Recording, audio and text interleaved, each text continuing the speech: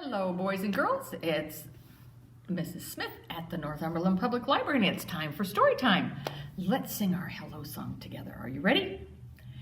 Hello, friends. Hello, friends. Hello, friends. It's time to say hello. Hello, friends. Hello, friends. Hello, friends. It's time to say hello. Thanks. I hope you're helping me with that when I sing. It's more fun to sing with other people helping you. Well, today we're going to have some stories about hats.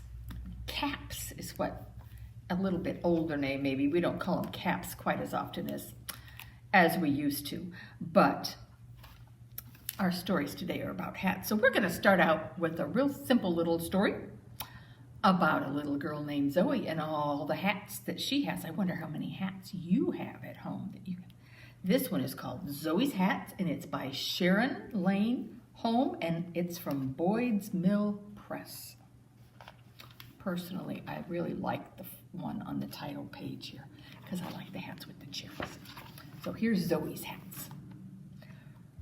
Red hat, blue hat, polka dot zoo hat,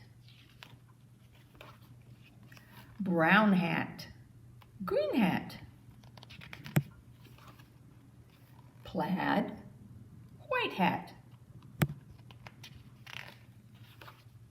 black hat, gray spotted dotted hat. Is that really a hat? Do you recognize it? You'll maybe find it in the kitchen. Purple hat, yellow hat, orange, turquoise hat, violet hat, pink. What do you think? Zigzags, spots, stripes, yikes! Is that a hat? Oh, if you're being really silly maybe. Funny, flowery, silly, and bright. These are the hats that Zoe likes. And there you can kind of just see a whole bunch of the different hats, of her different hats. Boy, she's got a lot of hats, don't you? Doesn't she? You should try to look around your house and see if you have that many hats. Well, our next story is going to have some monkeys in it.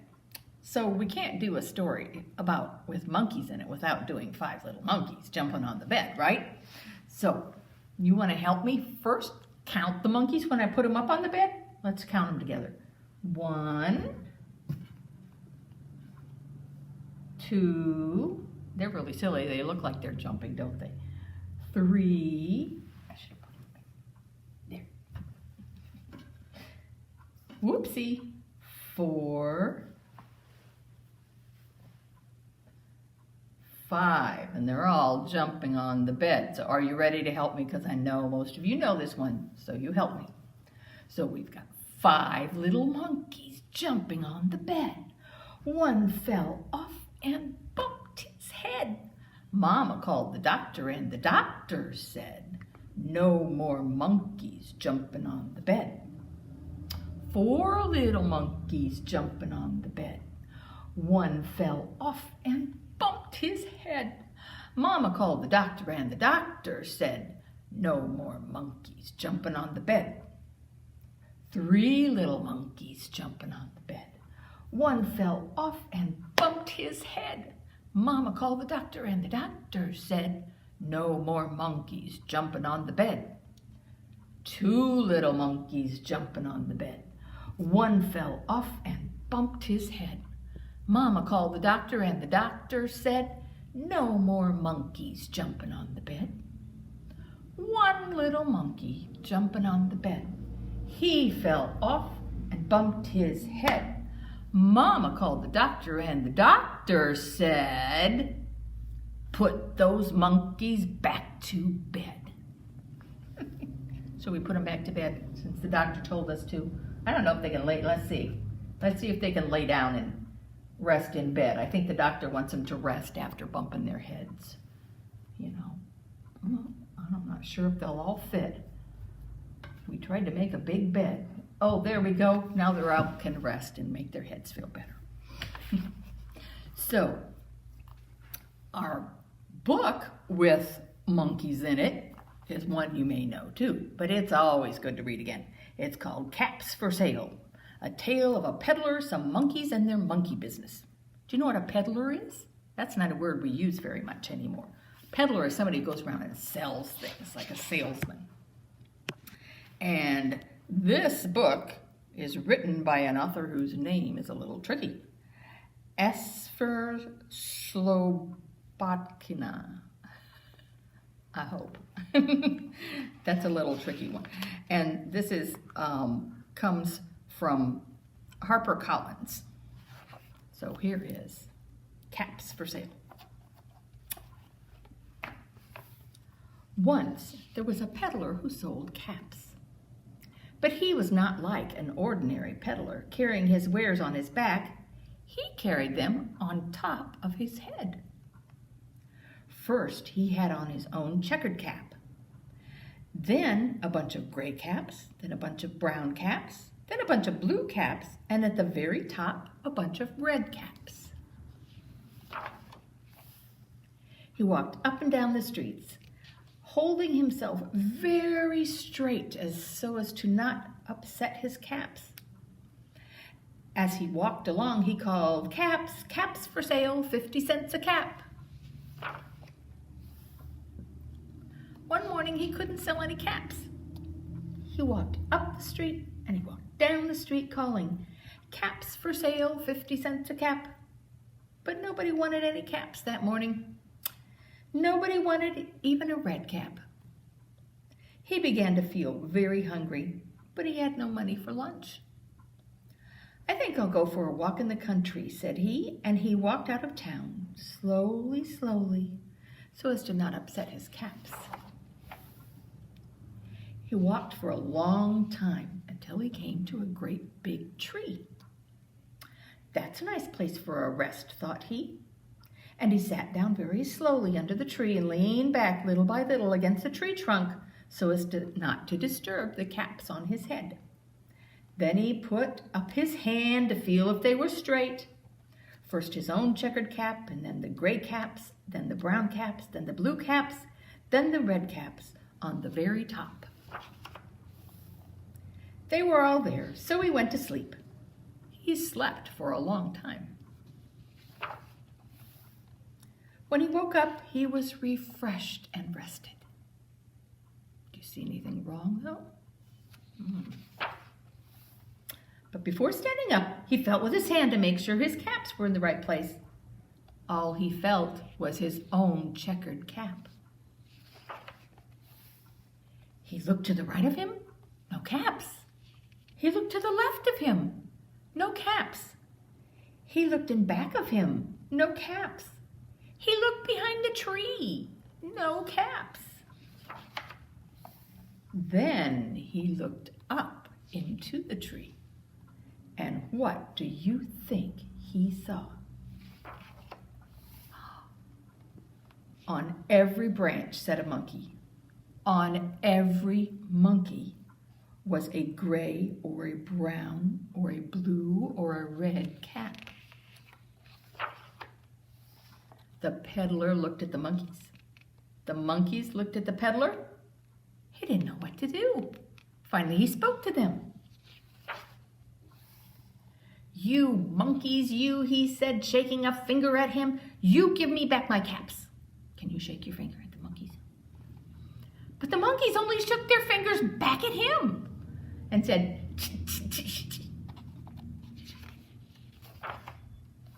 This made the peddler angry, so he shook both hands at them and said, "You monkeys, you give me back my caps." Can you shake your hands? I can't shake them both. But the monkeys only shook both their hands back at him and said, "Tee, tee, tee." Now he felt quite angry. He stamped his foot. Can you stamp yours? And he said, "You monkeys, you better give me back my caps." But the monkeys only stamped their feet back at him and said, "Tee, tee, tee." By this time, the peddler was very, very angry. He stamped both his feet. Can you? And he shouted, "You monkeys, you must give me back my caps." But the monkeys only stamped both their feet back at him and said, "Tee, tee, tee." At last, he became so angry that he pulled off his own cap, threw it on the ground, and began to walk away. But then each monkey pulled off his cap, and all the gray caps and all the brown caps and all the blue caps and all the red caps came flying down out of the tree.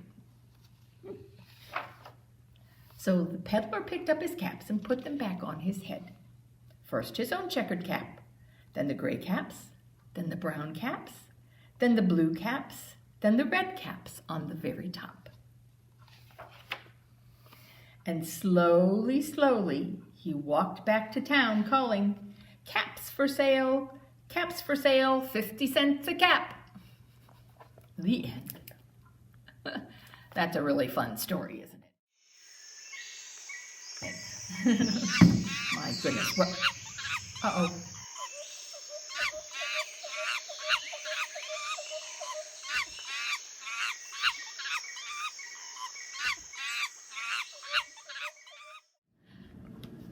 Okay, well, I thought you'd like to make a really fun hat today.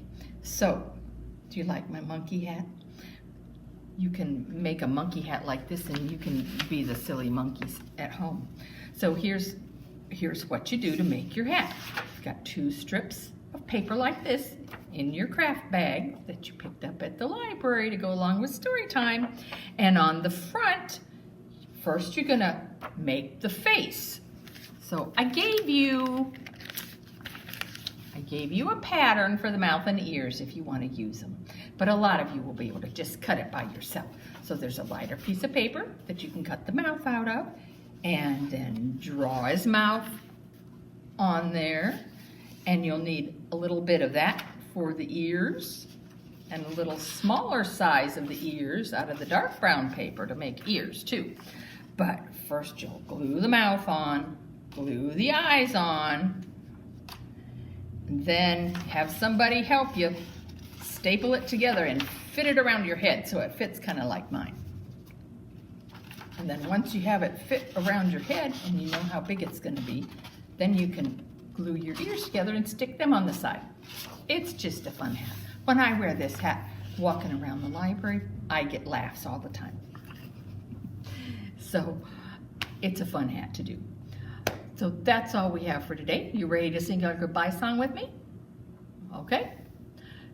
Goodbye, friends. Goodbye, friends. Goodbye, friends. It's time to say goodbye. Goodbye, friends. Goodbye, friends. Goodbye, friends. It's time to say goodbye. See you next time.